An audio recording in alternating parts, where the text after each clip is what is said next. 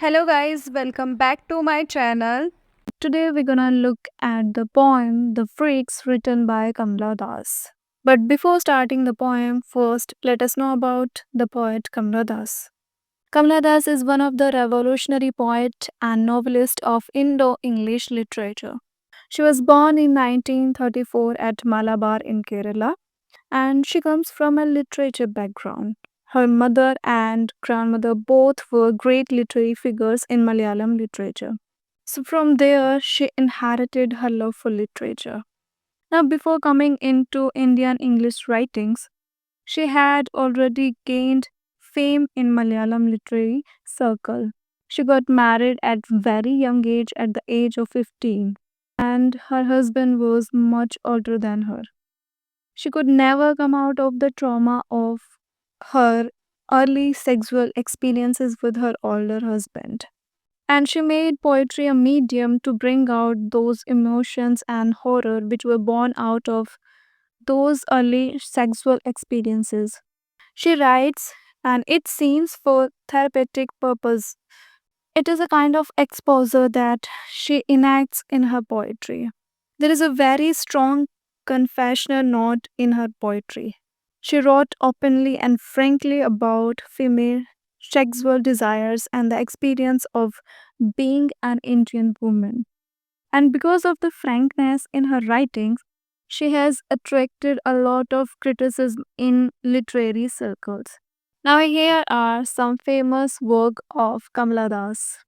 I will give an outline of the poem that what it is about and when it was published.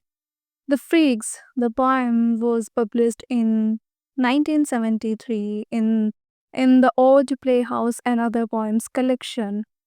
It has 20 lines and it is a confession and autobiographical poem. Now, what does confessional poem mean? Confessional poem is that poem in which a poet presents his or her own actual feelings and behavior in a raw and unfiltered way, or where the poet openly reveals his or her innermost thoughts, feelings, and experiences. The poem deals with the suffering or the pain of the heart in the search of true love, devoid of lust. It also reveals the lack of communication in a man woman relationship. The woman hungers for an deep love which could touch the depth of her heart, but she gets from her husband only bodily love. Now let's start the poem. He talks, turning a sun-stained cheek to me. The poet and her lover or husband both are alone together in their intense moment of lovemaking. The lover or husband speaks, turning his sunburnt cheek to the poet. Now, here we can see the use of alliteration, sun-stained cheek, the repetition of consonant sound S. His mouth a dark cavern. Now, here Kamala Das described the appearance of her husband or lover. He looks horrible. His mouth is looking like a dark cave. We can see the use of metaphor here.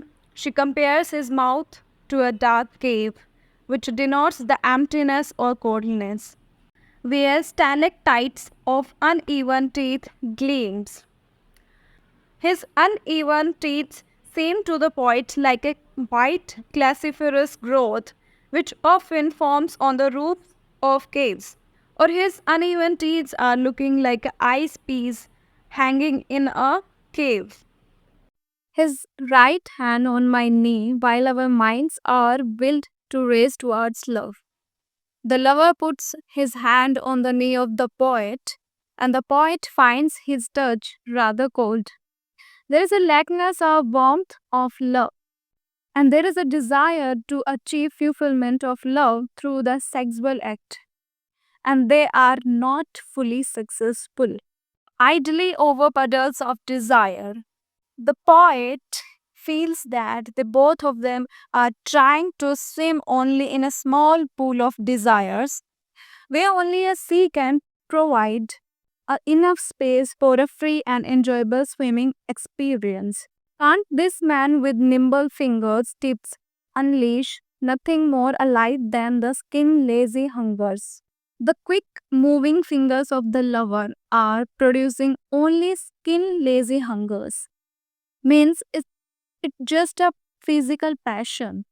There is a no emotional love and response from her lover for which she is craving. The only love and response she is getting from her lover is physical love. Who can help us who have lived so long and have failed in love?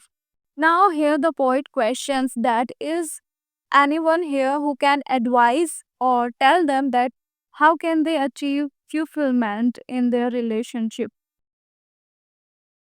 The heart, an empty citrine waiting through long hours, fill itself with coiling snakes of silence. The poet feels that her heart is an empty tank, which, due to lack of life giving water of true love, now is filled with the snakes of silence. Now, the silence between them is horrible to the poet as like snakes. But there is a no way out of this situation. Now, here the poet indicates towards to those women who are silently suffering from lack of emotional response from their lovers or husband. I'm a freak. It's only to save my face. I flaunt at times a grand, flamboyant lust. Now, in this concluding part of the poem, the poet says that she has some kind of abnormality. She does not behave naturally as a woman that should do under these circumstances. And only to hide her own deficiency, to save her face, she is trying to maintain an appearance of a normal human being, that she is enjoying and responding that moment, and or she has to pretend to be swayed by a strong sexual desire. So here our poem ends. Now let's talk about the title. So the word freaks used for abnormal behavior of both male and female or husband and the wife. The wife is freak because she cannot enjoy human passion at worldly or sensual level and looks for a higher level in a world devoid of idols in the matter of love and lust. And the male is freaked because he is unable to rise above the worldly level and experience higher emotions. In love, she hungers for spiritual fulfillment along with physical fulfillment, while he hungers for skin satisfaction. The woman's heart and body both change into freaks. Her heart is a freak because it demands what it cannot get, and her body is freak because it admits what it does not want.